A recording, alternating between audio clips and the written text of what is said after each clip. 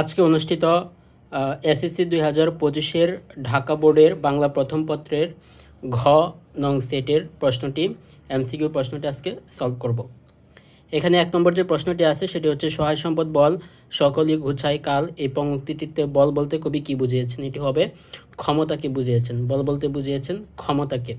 এবং পরের প্রশ্নটি আছে হচ্ছে সততা শব্দের অর্থ কী? সতত শব্দের অর্থ কী? এটি হচ্ছে সর্বদা।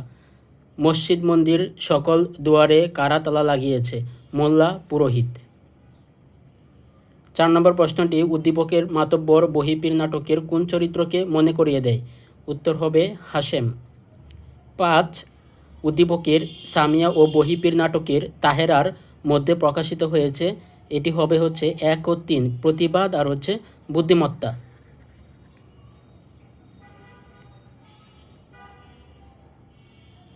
এরপর তোর সামনে খারাপ দিন আছে বোধা উক্তিটি কার? এই উক্তিটি হচ্ছে মতিয়রের। এরপর হচ্ছে একলা গায় একলা ধাই দিবস রাত সাত সকাল এ বাক্যে ঝর্ণার কোন রূপটি ফুটে উঠেছে?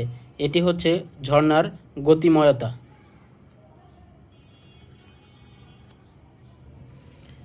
এরপর হচ্ছে অভাগীর স্বর্গ গল্পের উপস্থাপিত তাৎপর্য।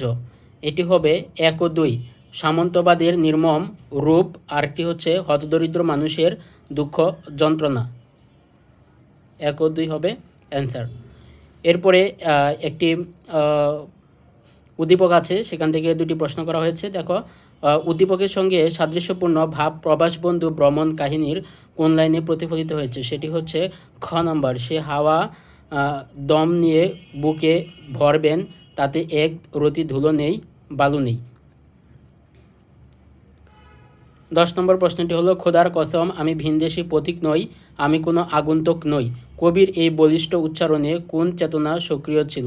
সেটি হচ্ছে স্বদেশ প্রীতি। 11 নম্বর প্রশ্নটি হলো বহিপীর নাটকের কোন চরিত্রটি কুসংস্কারচ্ছন্ন এবং ধর্মভীরু? সেই চরিত্রটি হচ্ছে খোদেজা। হাতেম আলীর বাল্যবন্ধু কে? আনোয়ার উদ্দিন।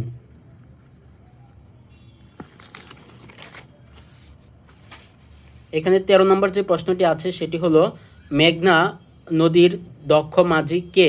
মেঘনা নদীর দক্ষ মাঝি হলো মতলব মিয়া। এরপর হচ্ছে 14 নম্বর প্রশ্নটি 17 মে সোমবার 1971 সালের খবরের কাগজে কতজন বুদ্ধিজীবী ও শিল্পীর নামে বিবৃতি বেরিয়েছিল?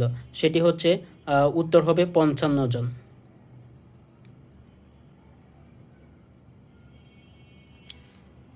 এরপরের প্রশ্নটি হলো 15 নম্বর উপেক্ষিত শক্তির উদ্বোধন প্রবন্ধে মহাজাগরণের দিন বলতে বোঝানো হয়েছে কি? এটি অ্যান্সার হবে 1 ও 3 জাতি গঠনই নতুন চেতনায় উদ্বুদ্ধ হওয়া, 3 বৈষম্যহীন সমাজ প্রতিষ্ঠায় প্রত্যয়ী হওয়া।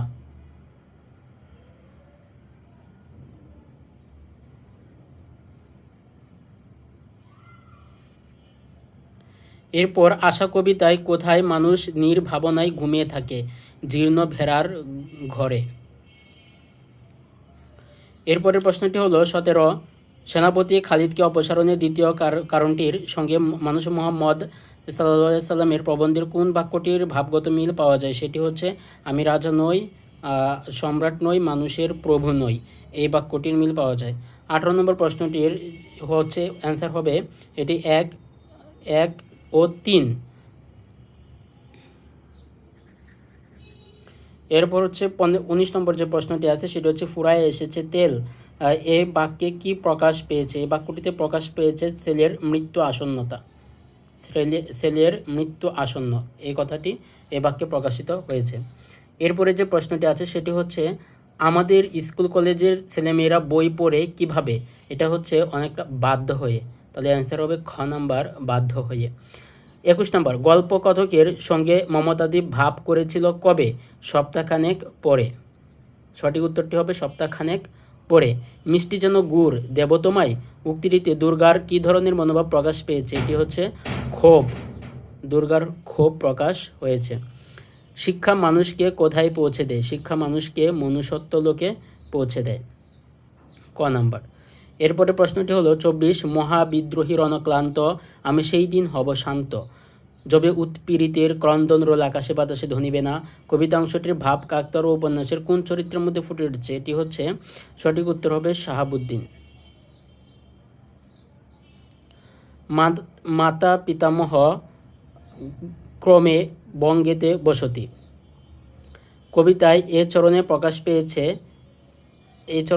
পেয়েছে 1 ও 2 স্বদেশ প্রেম আর হচ্ছে স্বজাত্য বোধ। 26 নম্বর যে প্রশ্নটি, সেই দিন এই মাঠ কবিতায় কবির ভাবনার কি প্রকাশ পেয়েছে? প্রকৃতির চিরকালীন সৌন্দর্য। দ্বারা শব্দটি দ্বারা কি বোঝানো হয়েছে? এটি দিয়ে স্ত্রীকে বোঝানো হয়েছে। 28 নম্বর প্রশ্নটি হচ্ছে উদ্দীপকের সাথে কোন সাহিত্য রূপের মিল রয়েছে? এটি হচ্ছে ছোট গল্প।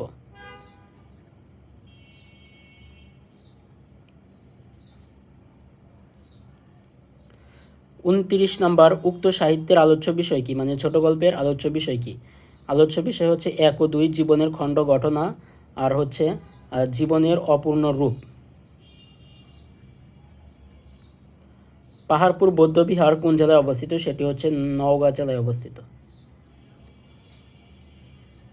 এ ছিল ঢাকা বোর্ড 2025 এসএসসি বাংলা প্রথম পত্রের এমসিকিউ প্রশ্নের সমাধান।